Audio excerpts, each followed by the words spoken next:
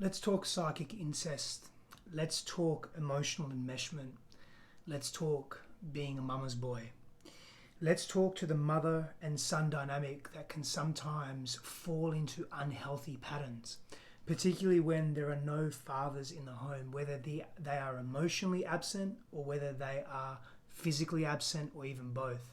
And even let's speak about the non-relatable masculine energy that takes place. But before we go there, we have to understand, what does it mean to be a healthy man, and what does it mean to make transitions from boyhood to manhood? And we go through various developmental transitions as young boys. So do women, so do females. It's a little different for females, a little different for males. And so boys, when they're at that age of around 9 to 14, and it can be broad, depends on the cultural constructs of that society or of that family dynamic. 9 to 14, a boy needs to move away from his mother, needs to move away from that feminine energy. It's just temporary. It's to move into a familiar dynamic, a familiar energetic in that masculine. And so when a boy doesn't have men in his life that can guide him, that can teach him, that can take him, pull him forward, that can ask and even demand the best of him, challenge him in healthy ways, show him a new way to be, show him to respect and revere himself, his own inner masculine and the feminine in his life, without becoming addicted to that feminine presence. What happens is, when we don't have that as boys transitioning into manhood, what happens is, as adults, we become either hyper aggressive, we become enraged, we become frustrated, we become unhealthily attached to the feminine. We become sometimes even effeminate as boys or as men.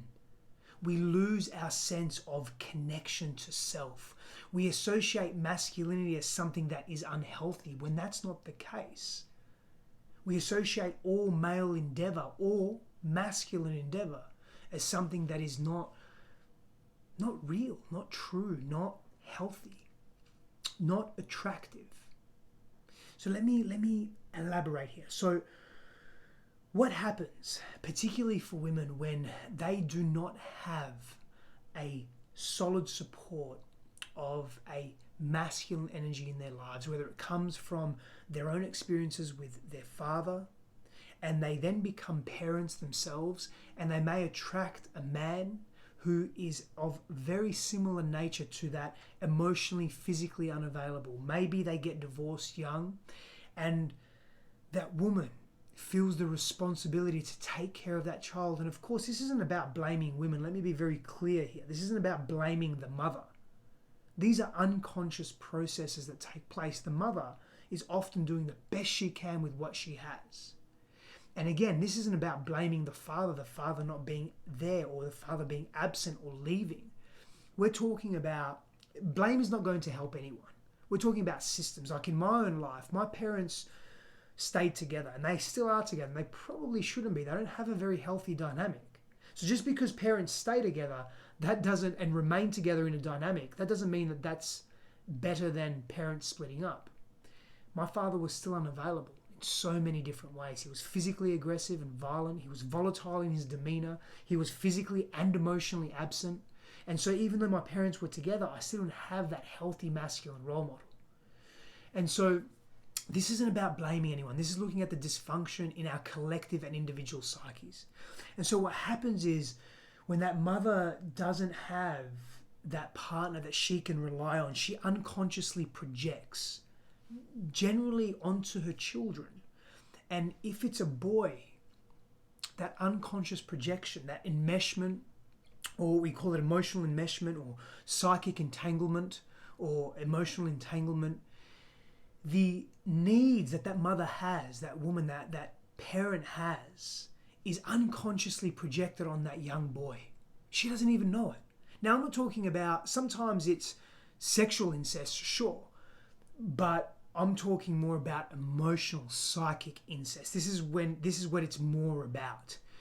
And so this mother develops this fantasy, this projection, that she wishes her son to redeem what his father could not do, or to redeem the masculine, to redeem all men. And this is a lot of unconscious stuff that's happening.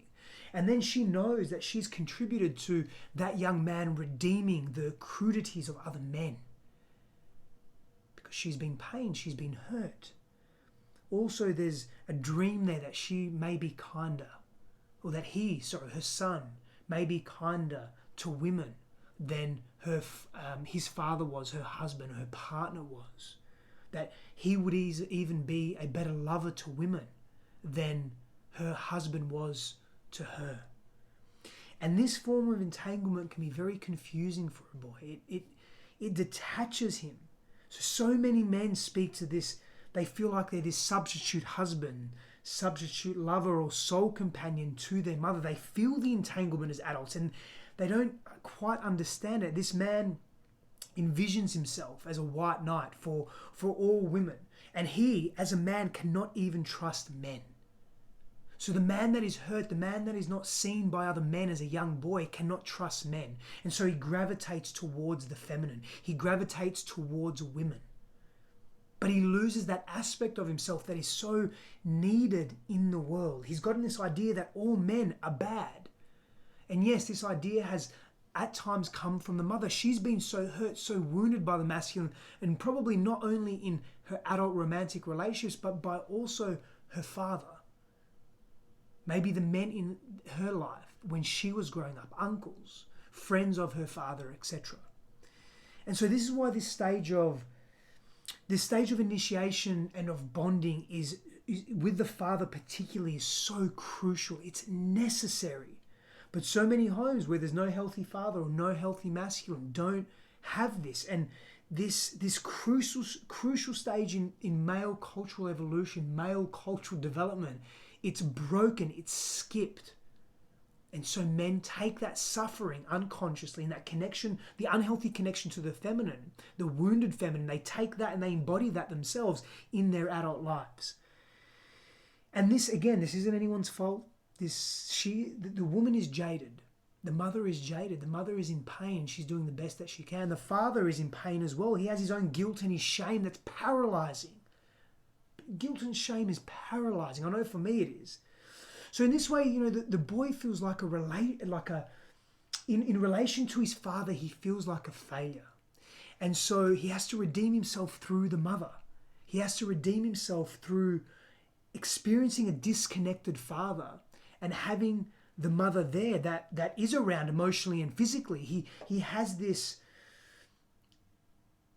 obligation that he feels.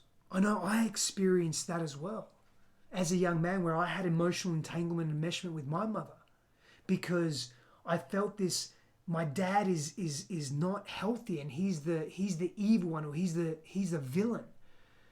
But I had to learn to see beyond that, and that was a lot of unfelt feelings, and forgiveness, and a whole lot of stuff that had to take place. But there's just so much pain that young boy feels.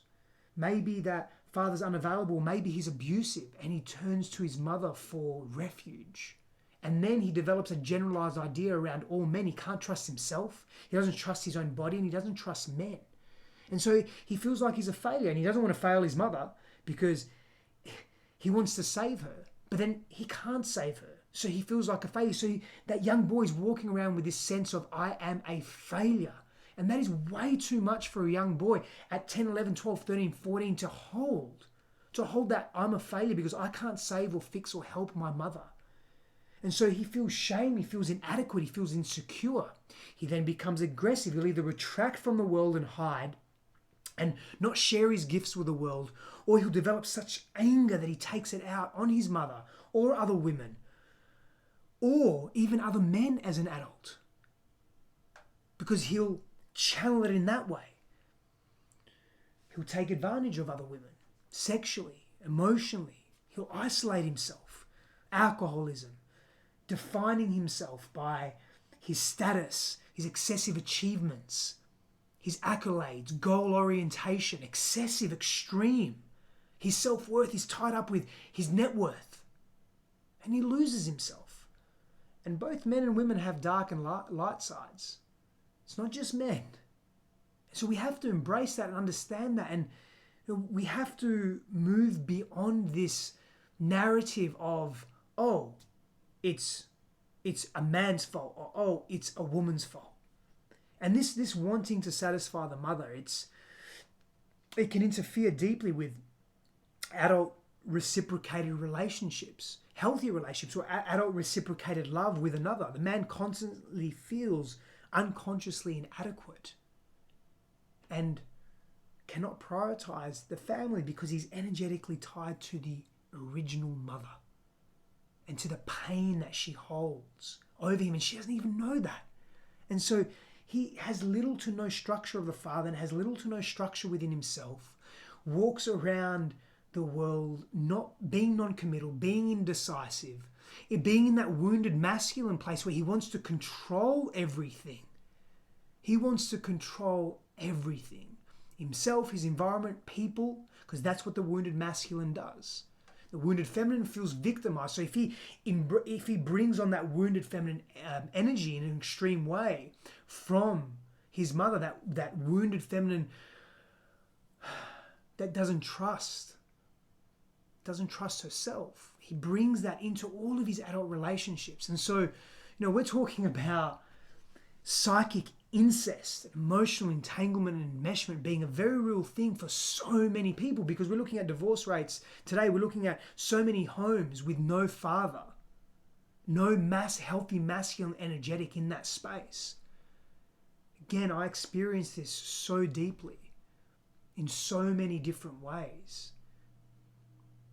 And I took that insecurity and that anger at my father and that feeling of I'm not enough with my mother, and I took that into my adult relationships, and I was unfaithful, I lied, I was living in the shadows, I was hyper aggressive, I was frustrated, agitated, short-tempered. I didn't know how to emotionally regulate because I tried for so many years to emotionally regulate everybody else in my environment. That had to change, that had to shift. And so this video is about bringing awareness to psychic incest and emotional entanglement. That also comes from father to daughter and father to son and mother to daughter and mother to son. But I wanted to speak to today specifically to that mama's boy energy, to that mother and son dynamic that's unhealthy. Not all mother and son dynamics are unhealthy, of course, but there are so many of these dynamics floating around. And awareness is only the first step. And there's no point in providing all of these steps and structures. We have to be with the awareness first. Feel those feelings, the unfelt feelings. Be with the sometimes overwhelming aspect of, oh wow, this is way too much right now. That's the first step. Otherwise, it's like, we provide too many steps, too many inflection points in terms of how do we deal with this too quickly. It's like putting a twig in a herd of elephants and expecting the herd of elephants to just spread out. Not going to happen. Not enough force, right? And so this is going to yield the greatest results in terms of being with the awareness first as the first stage towards transformation and change. If this resonates with you, share it, spread the word, spread the love. Power and blessings to you. I'll see you soon.